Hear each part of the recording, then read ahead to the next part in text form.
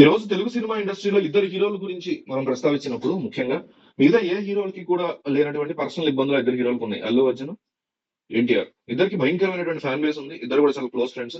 అయితే అవతల నందమూరి ఫ్యామిలీ నుంచి ఎన్టీఆర్ దూరంగా కనిపిస్తున్నారు. అల్లు అర్జున్ ఇటు మెగా ఫ్యామిలీ నుంచి చాలా దూరంగా కనిపిస్తున్నారు. చిరంజీవి ద్వారా వచ్చినటువంటి అల్లు అర్జున్, బాలయ్య ద్వారా వచ్చినటువంటి లేదా హరికృష్ణ ద్వారా సీనియర్ ఎన్టీఆర్ పేరు మీద వచ్చినటువంటి ఎన్టీఆర్, వీళ్ళిద్దరు కూడా ఆ ఫ్యామిలీలో ఇంకో పక్క ఎన్టీఆర్ అయితే టీడీపీ క్యాడర్ కి చాలా దూరంగా ఉండేటువంటి పరిస్థితి కనిపిస్తుంది. అంటే టీడీపీ క్యాడర్ కావచ్చు, లేకపోతే బాలకృష్ణ అభిమానులు కావచ్చు, ఇంటర్నెట్ లో ఒకటే క్వశ్చన్ ఎన్టీఆర్ ఏంటంటే, అసలు సీనియర్ ఎన్టీఆర్ లేకపోతే నువ్వు ఉన్నావా? గతంలో ఆంధ్ర వాళ్ళ లాంటి ఆడియో ఫంక్షన్ లో మేమే కదా తెలుగుదేశం పార్టీ మహానాడు కార్యక్రమంలోనే కదా ఆ లెవెల్లో నేను హిట్ చేశాము. సో నిన్ను ఇంత నెత్తురు మేము పెట్టుకున్నప్పుడు ఈ రోజు కనీసం మొన్న ఎన్నికల్లో టీడీపీ కోట ఏమైనా ఒక మాట అనలేదు. సరే అయిపోతే అనకపోతే అనకపోయి గెలిచిన తర్వాత శుభాకాంక్షలు కూడా పెద్దగా సరిగ్గా వెళ్ళి కలిసి చెప్పలేదు చంద్రబాబు.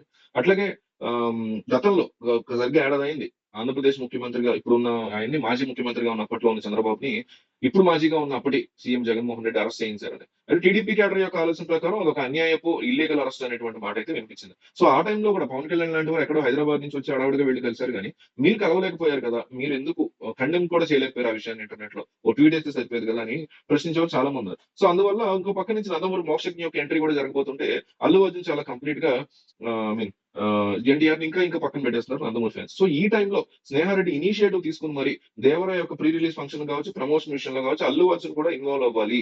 ఎన్టీఆర్ అనే సినిమా హిట్ అవ్వాలి, పాన్ ఇండియా లెవెల్లో అవ్వాలి. ఇప్పుడు పుష్ప అంత క్రేజ్ ట్రిపుల్ ఆర్ సినిమాకి రాలా. ట్రిపుల్ ఆర్ హిట్ అయింది, చాలా బాగానే కలెక్షన్స్ వచ్చాయి కానీ పుష్ప టూ ఒక మేనరిజం కావచ్చు, అల్లు అర్జున్ కి ఈ నేషనల్ అవార్డు రావడం కావచ్చు, ఇవన్నీ కూడా బెనిఫిట్ ఫ్యాక్టర్స్ గా మారాయి దేనికి, పుష్పకి. కానీ ట్రిపుల్ ఆర్ అట్లా కాదు. రామ్ చరణ్ కాస్తంత లీడ్ తీసుకున్నటువంటి పరిస్థితి కనిపించింది. అందులో రాజమౌళి అని చూశారు. లాస్ట్ కి వచ్చేసరికి ఇంటర్నేషనల్ ప్లాట్ఫామ్ మీద ఎన్టీఆర్ ఫేమస్ అయ్యాడు ఆస్కార్ ఆ టైంలో.